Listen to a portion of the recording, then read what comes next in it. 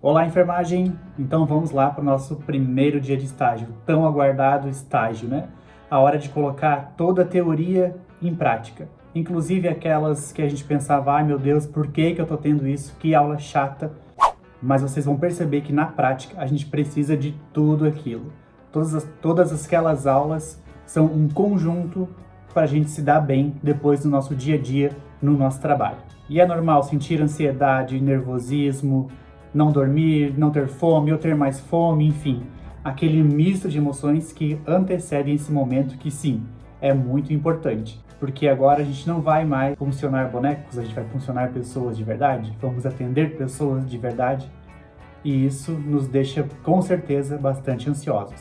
Mas vamos lá, não tem para onde correr, a gente tem que fazer, tem que passar por essa etapa que é tão importante para a gente já começar a desenvolver essas habilidades técnicas e habilidades humanas também na hora de atender o paciente. Como lidar, como atender, como conversar, como lidar com as famílias, os acompanhantes desses pacientes. Então todas essas habilidades elas são colocadas em práticas já no estágio e a gente já começa a se formar profissional nessa etapa. Então eu vou dar algumas dicas aqui para vocês de como se preparar minimamente para esse grande evento, para esse início, que é o pontapé inicial para a gente entrar no mercado de trabalho. Primeiro de tudo, antes de qualquer coisa, coloque na cabeça que você já é um profissional da enfermagem, tá? Deixa de lado que você é aluno, mesmo que você ainda não se formou, mas tenha em mente que você já é um profissional. Então, quando entrar no campo, mantenha a postura profissional, tenha a ética, mostre o quanto você está ali dedicado, trabalhando junto com a equipe. Por mais que eu não tenha a responsabilidade de um funcionário lá dentro da instituição, mas meu papel de estagiário também é atender. Então eu também sou responsável por aquelas pessoas que eu atendi ou que eu atendo. Então se coloquem na posição de profissionais. Deixem um pouquinho de lado a história de ser aluno, se portem como profissionais porque vocês estão sendo avaliados pelo professor, vocês estão sendo avaliados pela instituição que vocês estão, e essas inclusive podem contratar vocês depois de acordo aí com a trajetória de vocês, né? Caso se destaquem em alguma área, em algum campo e sejam observados por essas instituições, elas podem depois absorver vocês e vocês trabalharem nessa instituição. Independente de qual seja o campo que vocês estejam, não menospreze as atividades que o professor passa para vocês. Independente se é uma tarefa mais complexa ou não, tudo ali no estágio tem o objetivo de preparar vocês para a vida profissional. Então nem sempre terão grandes procedimentos para realizar. Às vezes terão tarefas mais simples, como por exemplo organizar o setor, que parecem simples, mas na verdade não são. Organizar um setor, organizar uma sala, conferir material, conferir validade de materiais. Tudo isso depois impacta na nossa assistência e no nosso dia a dia. Então às vezes lá no campo parece, nossa, não tem nada para fazer, ou estou aqui conferindo material. Mas no dia a dia de vocês vão perceber que isso faz a diferença. É uma atribuição nossa e também é necessário aprender. Então não menospreze a atividade por mais simples que ela pareça. Tire proveito de tudo isso. Afinal, seu professor ele já é formado, ele já tem uma vivência, então ele sabe os pontos que ele precisa trabalhar mais ou menos, que vão fazer a diferença na vida profissional de vocês mais tarde. E se em algum momento não tiver nada, exatamente nada para fazer, aproveite ainda assim para observar a rotina daquele local. Como que os funcionários se distribuem, qual é a escala que eles seguem, em que posto que eles ficam, o que eles estão fazendo quando não tem a assistência direta para prestar. Observem isso também porque vai fazer a diferença para vocês, tá? Dificilmente não vai ter atividade para fazer, mas quando não tiver, aproveitem para olhar se cumprem os princípios de não contaminação, quais as atividades eles priorizam primeiro. Então aproveite para observar a rotina e tirar daí mais ou menos como vocês vão fazer depois. Até o grupo pode se organizar conforme a rotina do setor. Então, se vocês perceberam que o setor chega e verifica sinais vitais, no outro dia a primeira coisa que vocês vão fazer já é incorporar essa rotina para auxiliar e estar trabalhando junto com eles. Sigam as regras de horário, regras de vestimenta, regras da instituição de ensino, regras da instituição onde vocês estão estagiando, porque tudo isso conta além da avaliação de vocês como alunos, na avaliação de vocês como profissionais também. Como eu falei anteriormente, vocês estão sendo avaliados 100% o tempo todo, tanto pelo professor quanto pelo campo de estágio. E pode ter certeza absoluta que em todos os campos vocês vão encontrar um profissional ou outro que não seguem essas normas, não seguem essas regras, mas peguem como exemplo do que vocês vão ser como profissional. Qual é a inspiração que vocês vão pegar? Se vai ser desse profissional que não segue as regras ou do profissional que segue as regras? Para formar o tipo de profissional que vocês vão ser.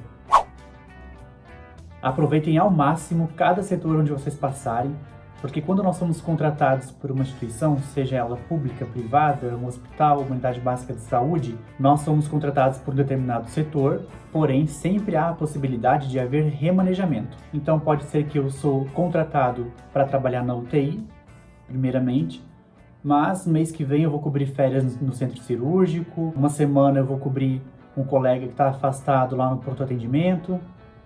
Então eu preciso saber um pouquinho de cada setor, por isso é importante, por mais que às vezes nós não temos afinidade com todos os setores, mas nós temos que aprender a trabalhar em todos. Saber o mínimo ali para se virar dentro dos setores, porque sempre haverá essa possibilidade de remanejamento, isso é muito claro.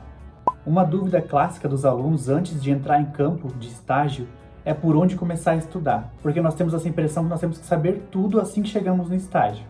Mas calma lá, não é bem assim.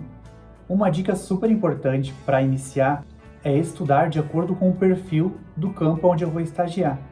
Então, digamos que eu vou para um centro obstétrico, eu estudo temas relacionados a esse perfil de paciente. Eu vou para uma UTI, estudo esse tipo de perfil de paciente. Não adianta eu querer estudar tudo e não faz muito sentido, por exemplo, eu estudar CMS, eu estou fazendo estágio num pronto atendimento. Os assuntos eles podem até se correlacionar, mas não fazem muito sentido nesse momento. Então, se eu estou no PA, eu vou estudar urgência e emergência. Então, sigam essa linha de raciocínio para vocês terem o máximo de aproveitamento dentro de cada campo. Estudem o perfil de paciente daquele local. Quanto ao medo de errar e causar um dano no paciente, gente, isso é super normal, tá?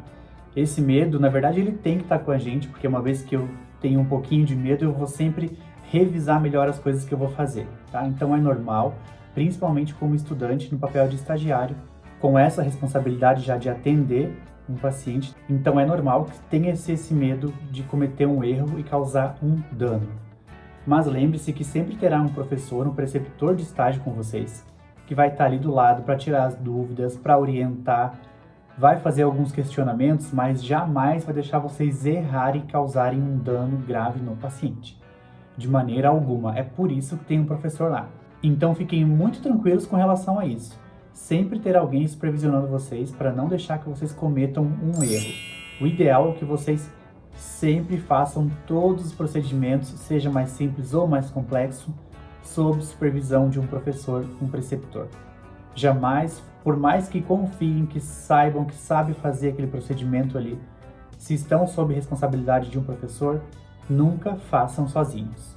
Como não é permitida a utilização de celulares dentro das instituições, principalmente hospitalares, o ideal é que a gente leve um bloquinho para fazer as nossas anotações e também com umas colinhas para a gente conseguir consultar dentro do estágio.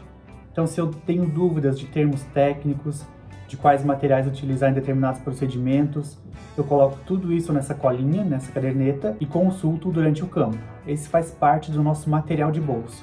É bem importante e ajuda muito porque nos traz um pouco mais de segurança. Digamos que é a primeira vez que eu vou funcionar um acesso venoso, por exemplo.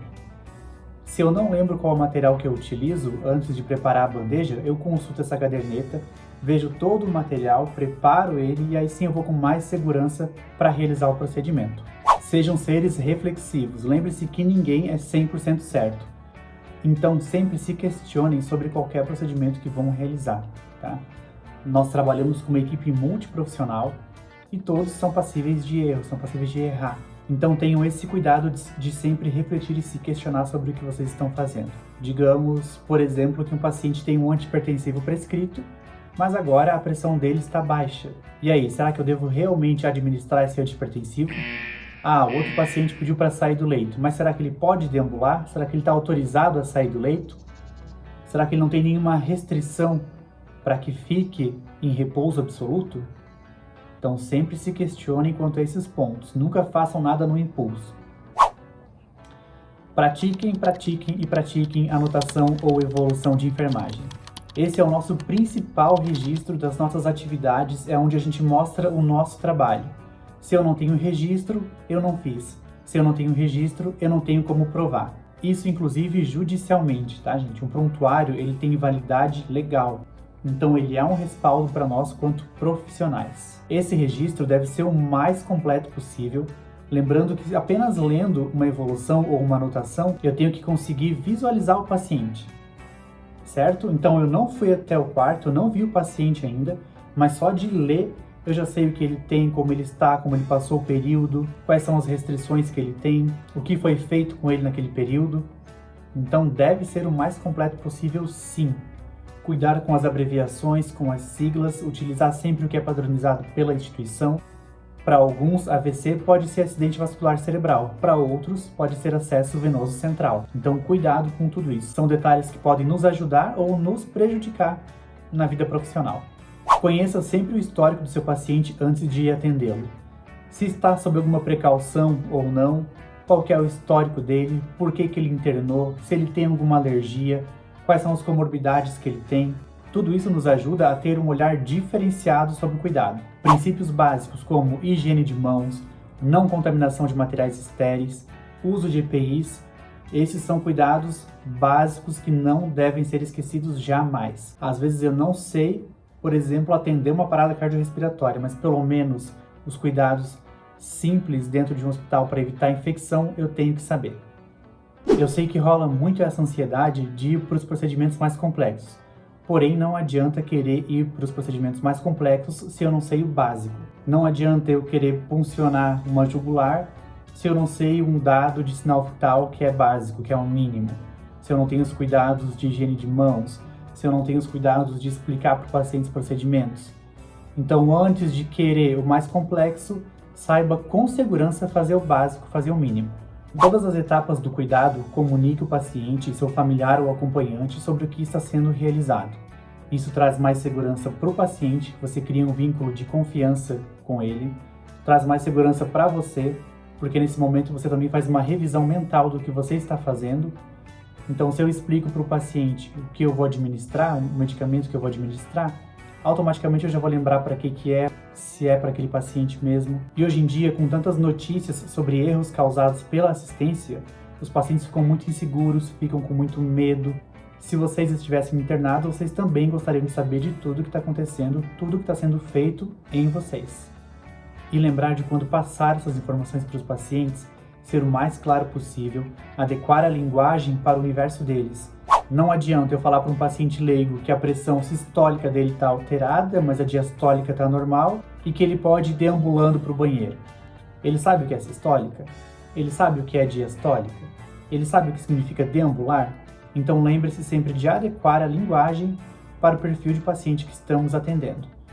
Como profissionais, nós vamos utilizar uma linguagem técnica, mas com o paciente a gente precisa esclarecer, fazer com que ele entenda o que está acontecendo. E em algumas situações, por mais que o paciente não entenda o que está sendo falado, ele concorda. Então, às vezes a gente fala, né? Seu fulano, sua pressão sistólica está alterada, e ele está balançando a cabeça e concordando sem saber o que aquilo significa. Então, aí cabe a cada profissional ter a empatia e questionar. Você entendeu? Precisa que eu explique de novo? Ficou claro? Tem alguma dúvida? Questões simples que podem clarear as coisas. Lembre-se que, além do paciente, esse tem uma família ou acompanhantes que estão com ele e estão muito preocupados com ele. Quem teve algum familiar em alguma situação de internação sabe o quanto é angustiante você estar em casa e não saber o que está acontecendo com seu familiar lá no hospital. Ou estar ali dentro do hospital acompanhando, tem aquele entra e sai de pessoas que fazem mil coisas e você não sabe o que está acontecendo. Isso é muito ruim, deixa a pessoa desconfiada, deixa a pessoa aflita, deixa a pessoa insegura, tanto o paciente quanto a família. E é um direito da família ou do acompanhante, sim, saber o que está acontecendo, o que está sendo feito, eles têm que estar por dentro do quadro. Afinal, em alguns casos, eles são responsáveis por aquele doente naquele momento. Nós também temos que nos colocar no lugar deles, né? Às vezes, eles nunca foram para um hospital, aí entram lá, ouvem barulho de ventilador mecânico, ouvem barulho de bomba de infusão, se deparam com aquelas sondas, catéteres, drenos, não sabem o que é aquilo ali. Então, qualquer barulho, qualquer mexida diferente para eles assusta. E a gente tem que explicar o que está dentro da normalidade, o que pode ser alterado. o que eles devem fazer caso se deparem com algo que acham que não está certo. Na dúvida, sempre pede para chamar a equipe de saúde, chama a enfermagem, chama alguém para atender, chame um profissional para atender aquela situação ali. Aquela velha história, não fecha o soro sozinho, não abre o soro sozinho, não desligue as coisas porque está apitando. Se existe um alarme é porque tem alguma coisa acontecendo, então chame um profissional. Essas orientações que são básicas também deixam a família e o paciente muito mais seguros e confiantes com a equipe. Se vejam sempre como profissionais que têm autonomia para fazer o seu trabalho, porque vocês estudaram para aquilo, então tem um embasamento para estarem fazendo o que estão fazendo. Então se sintam seguros para passar essas orientações para a família, para criar esse elo de confiança e executar o trabalho de vocês da melhor forma possível. Afinal, quem faz o certo não se importa se ele tem um familiar, um acompanhante, porque vai fazer o certo independente de qualquer coisa. Isso também é ética.